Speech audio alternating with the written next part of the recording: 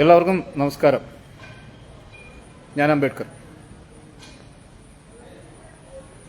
നമ്മൾ കൊയ്യും വയലെല്ലാം നമ്മുടേതാകും പൈങ്കിളിയെ, സർവരാജ്യ തൊഴിലാളികളെ സംഘടിക്കുക. ഈ ഒരു ആറ്റൻ മുദ്രാവാക്യം ഒരു മന്ത്രം പോലെ വീശി വീശി കഴിഞ്ഞ ഒരു നൂറ്റാണ്ടായി കുറേ പാർട്ടികൾ ഇതിൽ ചുറ്റിത്തിരിഞ്ഞ് നടക്കുന്നുണ്ട്. എല്ലാവർക്കും അറിയാവുന്ന കാര്യമാണ്. അവർ വലിയ പാവപ്പെട്ടവരുടെ അപ്പോസ്തലന്മാരാണ്.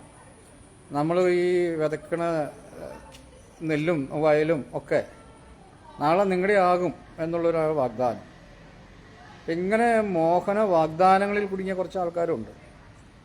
ഇപ്പോൾ മുദ്രാവാക്യങ്ങളൊക്കെ മാറി അത്യാവശ്യം ഭരണം കിട്ടിയ സുഖസൗകര്യങ്ങളൊക്കെ ആയി. ഇപ്പോൾ തമ്പ്രാക്കന്മാരുടെ സ്വപ്നം എന്ന് പറയുന്നത് ഒരു പുതിയ കേരളം, അങ്ങനെ പറഞ്ഞാൽ ശരിയാവില്ല, നവകേരള സൃഷ്ടിക്കായിട്ടാണ് ഇപ്പോൾ ഈ വിദ്വാൻമാർ ഒരുങ്ങിയിട്ടുള്ളത്. അപ്പോൾ എന്തായാലും ഈ നവകേരള സൃഷ്ടി എന്ന് പറയുമ്പോഴത്തേക്കും അത് എങ്ങനെയൊക്കെയാണ് എന്തൊക്കെയാണെന്നുള്ള ചർച്ചകളൊക്കെ അങ്ങനെ കൊടുമ്പിരി കൊണ്ടിരിക്കുന്നു. അപ്പോൾ എന്നെ സംബന്ധിച്ച് ഞാനും എൻ്റെ സുഹൃത്തുക്കളും ഒക്കെ ഇത്തരം ചർച്ചകളിൽ സജീവമാണ്. ഇപ്പോൾ ഈയിടെ പത്രത്തിൽ വന്ന ഒരു ന്യൂസ് ഉണ്ട്.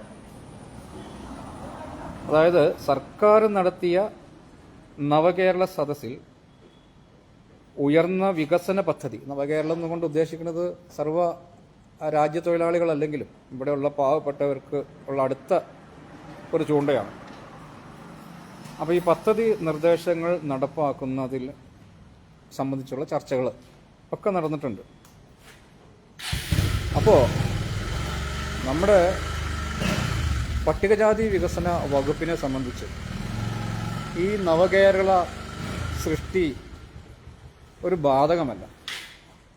അല്ലെങ്കിൽ പട്ടികജാതിക്കാർക്ക് തന്നെ അത് ബാധകമാണോ എന്നുള്ള കാര്യവും നമ്മൾ ആലോചിക്കേണ്ടിയിരിക്കുന്നു. എന്തായാലും ഈ രാജ്യത്തെ പട്ടികജാതി പട്ടികവർഗക്കാരെ സംബന്ധിച്ച് നവകേരള സദസ്സ് അല്ലെങ്കിൽ നവകേരളത്തിൽ അയിത്തം കൽപ്പിച്ചിരിക്കുകയാണ്. തമ്പുരാക്കന്മാർ പട്ടികജാതി പട്ടികവർഗക്കാരെ പുതിയ രൂപത്തിലും പുതിയ ഭാവത്തിലും, പണ്ട് ഉച്ചിക്കുടുംബയൊക്കെ നമ്മൾ ഒരുപാട് കളിയാക്കിയിരുന്നു. പക്ഷെ ഉച്ചിക്കുടുംബയില്ലാത്ത ആധുനിക തമ്പുരാക്കന്മാർ നവകേരളത്തിൽ അയിത്തം കൽപ്പിച്ച് മാറ്റി നിർത്തിയിരിക്കുകയാണ് ഈ രാജ്യത്തെ പട്ടികജാതി പട്ടികവർഗക്കാരെ. അപ്പോൾ ഈ വിഷയം ഞാൻ പറഞ്ഞല്ലോ, നമ്മുടെ സുഹൃത്തുക്കളൊക്കെ ചർച്ച ചെയ്യാറുണ്ട്. ഇപ്പം ഞങ്ങൾ പല കാര്യങ്ങളും ഒന്നിച്ച് ചെയ്യുന്ന നമ്മുടെ ശിവൻ ചേട്ടൻ ഇപ്പോൾ ഇവിടെ ഉണ്ട്, ശിവൻ കദളി.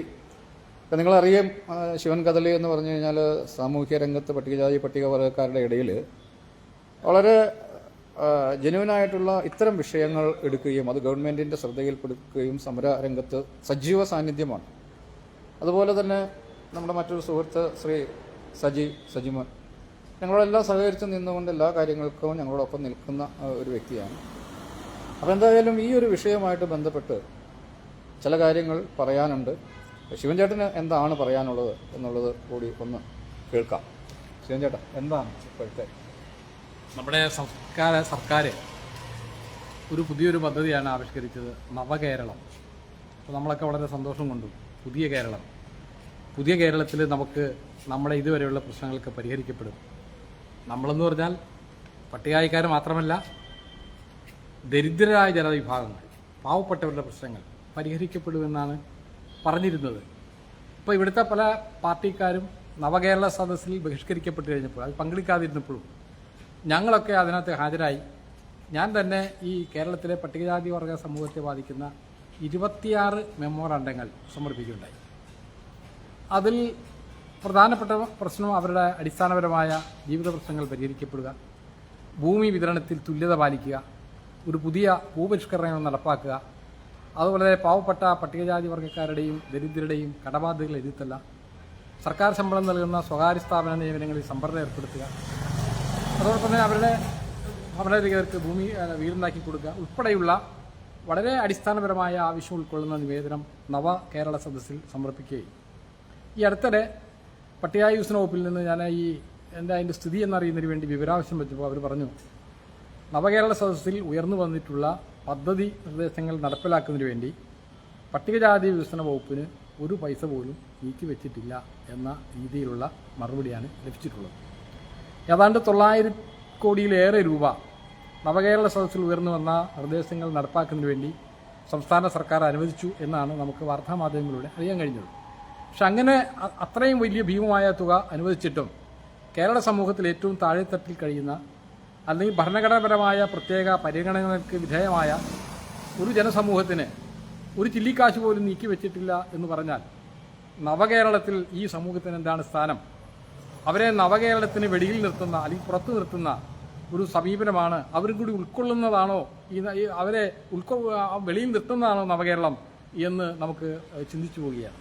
അതുകൊണ്ട് ഈ ഭരണ സംവിധാനം കാണിച്ചിട്ടുള്ള കടുത്ത അനീതി, അവഗണന കേരള സമൂഹത്തിൽ ഇന്നും ഈ സമൂഹം അങ്ങേയറ്റം കഷ്ടപ്പെട്ട് കഴിയുന്ന ഒരു ജനതയാണ്.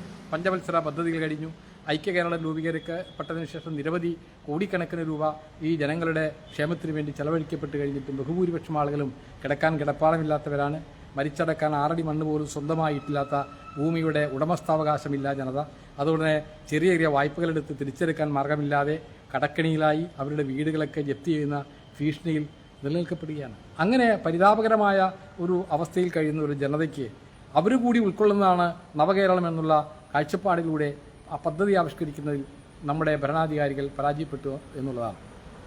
എനിക്ക് തോന്നുന്നത് പണ്ട് മുൻ ഗവൺമെൻറ്റിൻ്റെ കാലത്ത് അന്തരിച്ച പാലോളി അഹമ്മദ് കുട്ടി MLA ചെയർമാനായ കേരള നിയമസഭയിലെ ഒരു സമിതി സംസ്ഥാന നിയമസഭയിൽ സമർപ്പിച്ച ഒരു ശുപാർശയിൽ വിവിധ വിഷയങ്ങളുണ്ടായിരുന്നു പട്ടികജാതി വർഗ സമൂഹത്തെ ബാധിക്കുന്ന. അതിലേറ്റവും അവസാനം അവർ പറഞ്ഞത്, ഇന്ന് നോക്കിയാൽ സമ്പത്തിന് പട്ടികജാതി വിഭാഗങ്ങൾ വ്യവസായ മേഖലയിലില്ല, അതുപോലെ തന്നെ ഭൂമിയുടെ ഇതില്ല, കൃഷി ഉടമസ്ഥരില്ല അതുകൊണ്ട് അവരുടെ ലക്ഷ്യം അവരുടെ സമ്പത്തിന് ഉടമകളാക്കുക എന്നുള്ളതാണ്. വളരെ അടിവരയിട്ട് തന്നെ പറഞ്ഞാണ് അവരെ സമ്പത്തിന് ഉടമകളാക്കുക. അപ്പോൾ സാമ്പത്തിക രംഗത്ത് വളരെ പിന്നോക്കം നിൽക്കുന്ന ഒരു സമൂഹത്തിൻ്റെ പുരോഗതിയിലൂടെ ആവിഷ്കരിക്കുവാൻ ഈ നവകേരള സദസ്സിൽ കഴിഞ്ഞിട്ടില്ല എന്നുള്ളതാണ് ഒരു പരിതാപകരമായ അവസ്ഥ. അതുകൊണ്ട് സർക്കാർ അടിയന്തരമായി ഈ വിഷയത്തിൽ ശ്രദ്ധ കേന്ദ്രീകരിക്കുകയും നവകേരളത്തിൽ ഈ പാവപ്പെട്ട ജനതയെ കൂടി ഉൾപ്പെടുത്തണം, അവരുടെ പ്രശ്നങ്ങൾ കൂടി പരിഹരിക്കണം എന്നാണ് വിനീതമായിട്ട് ഈ അവസരത്തിൽ നമുക്ക് അഭ്യർത്ഥിക്കുവാനുള്ളത്. അതിനുവേണ്ടിയുള്ള ജനകീയ മൂവ്മെൻറ്റ്, അതാണ് നവോത്ഥാനം ഉയരുന്നത്. ഏറ്റവും താഴെത്തട്ടുള്ള ആളുകളുടെ മോചനം കൂടി, അവരും ഈ രാജ്യത്തെ പൗരന്മാരാണ്. ആ അംഗീകാരത്തോടുകൂടി അവരുടെ ക്ഷേമം സർക്കാരിൻ്റെ ഉത്തരവാദിത്തമാണ്. ഒരു ക്ഷേമരാഷ്ട്ര സങ്കല്പത്തിലേക്ക് മഹാത്മജി വിഭാവനം ചെയ്ത രീതിയിലുള്ള തുല്യതയിലുള്ള ഒരു ഭരണ സംവിധാനത്തിലേക്ക് എത്തിച്ചേരുവാൻ ഈ പാവപ്പെട്ട ആളുകളെ കൂടി ഉൾക്കൊള്ളേണ്ടിയിരുന്നു. ആ തരത്തിലുള്ള കർമ്മപദ്ധതികൾ ആവിഷ്കരിക്കാൻ ഗവൺമെൻറ് തയ്യാറാകണമെന്നാണ് വിനീതമായിട്ട് അഭ്യർത്ഥിക്കാനുള്ളത്. നമസ്കാരം.